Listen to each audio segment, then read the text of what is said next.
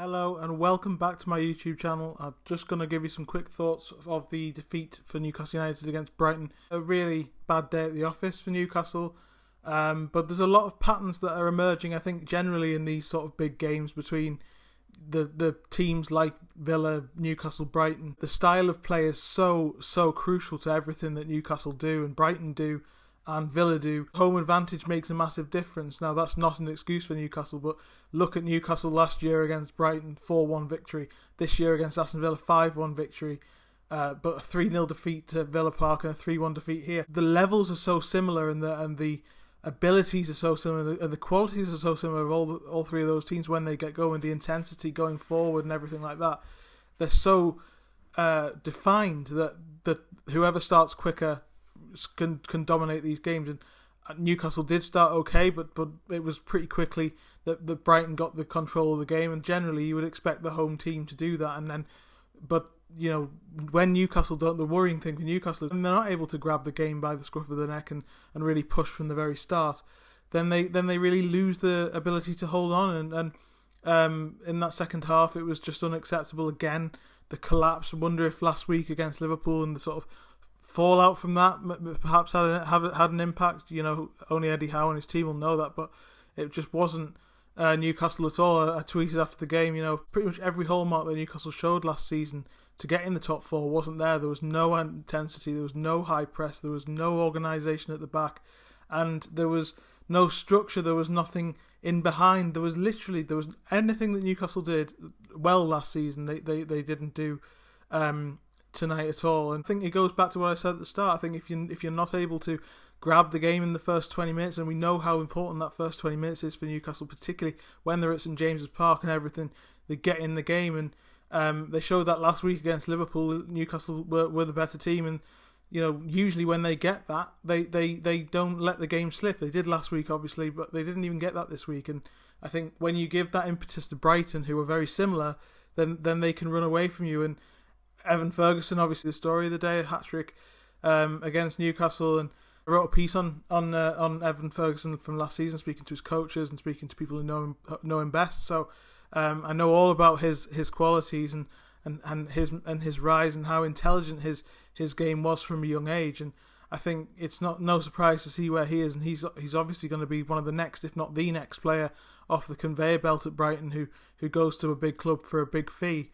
And that's, you know, that's kind of just the way it is. He embodies that nurturing spirit that Brighton have and that De Zerbi has as well. I mean, he is really earning the sort of the respect of everybody in the country at the moment, and rightly so, because Brighton just don't give you a second chance. When you're not at it, like Newcastle weren't, their midfield was a yard off organisationally. You know, Bruno Guimaraes and Sandro Tonali, a few cracks are coming across now, and I think that lack of a number 6, which was always a sort of seen as a slight risk in the summer. Could Tonali and Bruno Guimaraes play together? The early evidence suggests there's some teething issues there. I said in the summer that I think that they can, and I still think they can. I think they showed against Aston Villa that they can, and the sort of two phases in midfield and having Bruno's impact replicated higher up the pitch almost, and vice versa. If they can work on that'll be fantastic. Apologies, you can hear my dog in the background just stretching in his bed at the moment. There's something to work on there, but eventually it'll work. Newcastle have missed Sean Longstaff, and that's not really a surprise if you look towards the end of last season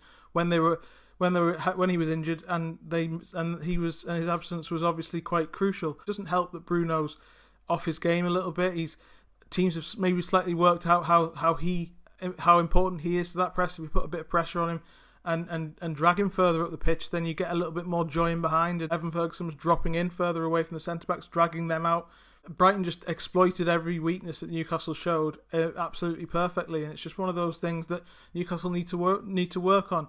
Obviously, a lot of the talk and a lot of the narrative will be around how Newcastle have now struggled in 3 of the first 4 games this season, and I think, you know, there is a little bit of an element of worry there, but I think you've got to look at the fixtures. You know, Newcastle have lost against 2 teams that they lost against last season, so this sort of idea that they've now lost 3 games, which is having only lost 5 and having taken 24 games to lose 3 games last season. There is a sort of element of truth in that to reflect the situation, but I think the difficulty of start and the intensity, and obviously we know what happened at Liverpool last week, it was completely unacceptable, but the truth of it is that that's a difficult start that Newcastle, with the situation and with the sort of expected drop-off, those things are sort of kind of natural. I think you'll know where Newcastle are at the end of October. Right after this game, you've got a run of games which includes Burnley, Brentford, West Ham, and Sheffield United. There's a lot of games there that Newcastle really should win, and if they don't win those games in the middle of their Champions League run, then there's going to be a lot of questions asked. Whereas Brighton, as brilliant as they've been, they've got Liverpool, Chelsea, Manchester United in a run when they're starting their European campaign against the likes of Ajax, Athens, and Marseille. So they've got some questions that they'll have to answer. The narrative at the moment is about how much Brighton are taking things in their stride, and that's, you know, credit to them, credit to De Zerbi. I thought he got his tactics spot on, and again, whoever gets the impetus in these games, and it usually is the home team, it does really work. But I think going forward, it just shows that there's more teething issues in midfield. Defensively, a lack of pace again exposed, which we're not. That's nothing new. I see a lot of great press about Newcastle's transfer business this summer. Really forward thinking. They've mended a few issues and they've brought in some really excellent players. Tonali was brilliant. Livramento obviously is a very talented player. Lewis Hall and Harvey Barnes, and they will all come good, and they're very good long-term recruits. But the hole in that, the issue with that, is that they haven't really answered the questions for here and now. I mean, that lack of pace has been glaring for so long at the back, and when the press isn't right in midfield and Botman isn't there to help in possession, and the line is still high, then it's going to be exposed, especially against a team like Brighton, as it proved tonight. Lewis Hall is going to be fantastic, but he isn't ready to start at left back. That's evidenced by the fact that he was only on the bench for the first time tonight, and Eddie Howe hasn't used him once. Livramento's barely featured. Harvey Barnes has not started a game, and Tonali came off, early in the second half today. So the short-term recruitment isn't really there at the moment, and there are some glaring issues. How much has the first team improved? That's a question that has to be really answered at the moment, and unfortunately, that's the sort of byproduct of what they chose to do, which was look longer term. And as I say, I think it's a fantastic window, and eventually we'll see that going forward. But right now, in games like this, those sort of issues are exposed. Once that midfield battle is lost, then Newcastle don't really have an answer for these games, and they don't really know how to play any other way. Isak was lively at times. Gordon had a poor game compared to last week. Almiron was poor, and Target again just isn't up to the standard, at left back, and there's just a lot of these sort of things that maybe there will be questions about whether Newcastle have done the right thing in their choice of approach to their recruitment this summer. Going forward, I think it'll prove correct in time. But right now that doesn't really help. Another question that's going to be asked is Nick Pope. I do worry that this season's going to become one of those narrative things, a bit like Bruno Guimaraes. Can he play number 6? Does he need to be pushed up further? In that whole talk of Newcastle needing a 6, same with left back last season. A lot of the talk this season might turn into, is Nick Pope's distribution good enough? That's been an issue with him throughout his career. He's not obviously been selected for England behind Sam Johnston in Southgate's latest squad.